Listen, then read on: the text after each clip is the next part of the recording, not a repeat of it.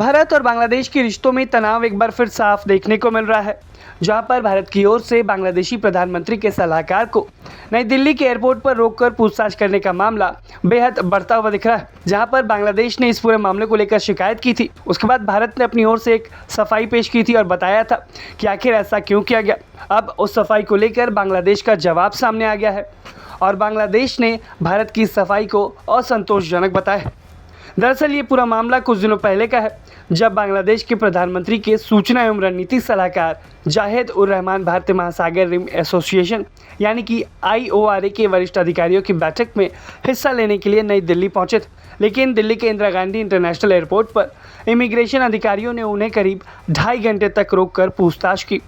पूछताछ पूरी होने के बाद उन्हें भारत में प्रवेश करने की अनुमति दे दी गई थी, लेकिन तब तक शायद उनका इंतज़ार बेहद बढ़ चुका था और वो पूछताछ से नाराज़ होकर वापस अपना दौरा रद्द करते हुए बांग्लादेश लौट गए थे। इसके बाद बांग्लादेश ने इस पूरे घटनाक्रम पर भारत के सामने आधिकारिक विरोध दर्ज कराया था, जिसके बाद भारतीय विदेश मंत्रालय ने अपना पक्ष रखा और विदेश मंत्रालय के प्रवक्ता रणधीर जायसवाल ने बताया कि जाहिद उर रहमान निजी पासपोर्ट पर शार्क वीज़ा पर भारत आए थे। जब वे दिल्ली एयरपोर्ट पर पहुंचे तो इमिग्रेशन अधिकारियों ने उनसे सामान्य प्रक्रिया के तहत पूछताछ की। बाद में जब ये पुष्टि हो गई कि उनका उद्देश्य भारतीय महासागर रिम एसोसिएशन की आधिकारिक बैठक में भाग लेना है, तब उन्हें भारत में प्रवेश करने की अनुमति दे दी गई थी। विदेश मंत्रालय ने यह भी स्पष्ट किया कि जाहिद उर रहमान को भारत में आने से नहीं रोका गया था। आवश्यक प्रक्रिया पूरी होने के बाद उन्हें एंट्री मिल गई थी। हालांकि उन्होंने अपनी इच्छा से वापस ढाका लौटने का फैसला किया।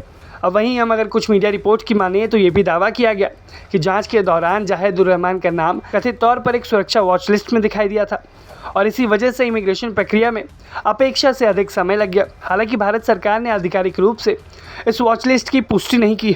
वहीं इस पूरे मामले को लेकर बांग्लादेश का कहना है कि उसने पहले ही राजनयिक माध्यमों से भारत को सूचित किया था कि जाहिद उर रहमान उनके प्रतिनिधिमंडल का नेतृत्व करेंगे।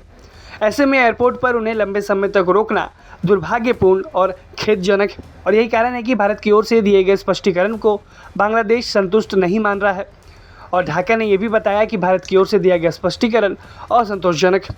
बांग्लादेश का मानना है कि इस तरह की घटनाएं दोनों देशों के राजनयिक संबंधों के लिहाज से उचित नहीं। वहीं भारत का स्पष्ट रुख है इस पूरे मामले पर। भारत का कहना है कि इमिग्रेशन अधिकारियों ने न केवल निर्धारित प्रक्रिया का पालन किया था, बल्कि आवश्यक सत्यापन पूरा होने के बाद बांग्लादेशी प्रधानमंत्री के सलाहकार जावेद उर रहमान को भारत में प्रवेश करने की अनुमति दे दी गई थी और उनके वापस लौटने का फैसला पूरी तरीके से उनका ही था। फिलहाल दोनों देशों की ओर से अपने अपने पक्ष सामने आ चुके हैं। अब ये देखना होगा कि ये पूरा मामला आगे राजनयिक बातचीत से सुलझ जाता है या फिर दोनों देशों के संबंधों पर इसका कोई असर देखने को मिलता है। आपको क्या लगता है, भारत के द्वारा लिया गया यह एक्शन और उस पर बांग्लादेश की प्रतिक्रिया आपको क्या लगती है? इस पर आप अपनी राय हमें कमेंट बॉक्स में ज़रूर बताएं।